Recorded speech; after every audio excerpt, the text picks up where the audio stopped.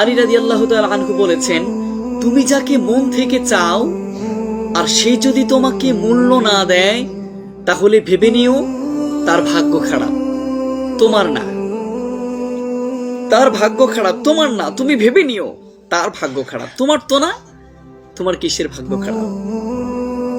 তুমি যাকে মন থেকে চেয়েছো, তুমি যাকে ভালোবেসেছো, তুমি যাকে মন থেকে তোমার মনের মধ্যে তুমি জায়গা দিয়েছো, তাকে মনের মধ্যে রেখেছো, সেই মনের মধ্যে রাখার পরে সে তোমার কাছ থেকে চলে যায়, ব্যর্থতা তোমার নয়, ব্যর্থতা তার।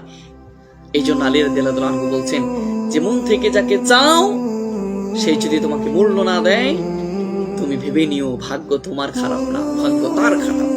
এই জন্য একদম দুর্বল হবে না, একদম পড়েও যাবে না, একদম নিজের মনকে ধোঁকা খেয়েছো, কষ্ট পেয়েছো, মনকে ছোট করে ফেলেছো, কখনো ছোটও করবে না। তুমি সুউচ্চ কণ্ঠে তুমি বলবা, আমি আমার ভালোবাসার মর্যাদা আমি রেখেছিলাম, কিন্তু সে আমার মর্যাদা রাখে নাই। ব্যর্থতা আমার নয়, ব্যর্থতা তার। ব্যর্থতা আমার ছিল না, ব্যর্থতা তার ছিল। এটা সবসময় মনে রাখবে। আলী রাদিয়াল্লাহু তাআলা আনহুর এই কথাটা